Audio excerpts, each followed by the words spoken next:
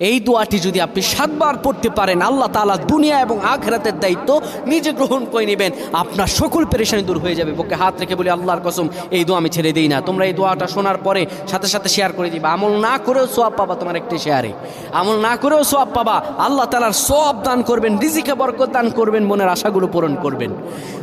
ও আমার প্রাণের ভাইয়েরা, বিশ্ব নবী মুহাম্মাদুর রাসূলুল্লাহ সাল্লাল্লাহু আলাইহি সাল্লাম বলেন, কোনো ব্যক্তি যদি এই দোয়াটা 7 বার পড়তে পারে, দোয়াটা হলো হাসবি আল্লাহু লা ইলাহা ইল্লাহু আলাইহি তাওয়াক্কালতু ওয়া হুয়া রাব্বুল আরশিল আযীম।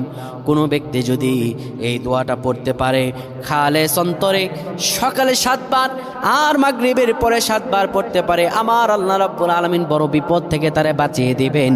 তার দুনিয়া এবং আখিরাতের দায়িত্বগুলো আমার রাব্বুল আলামিন নিজে গ্রহণ করে নেবেন। আল্লাহুম্মা আমিন।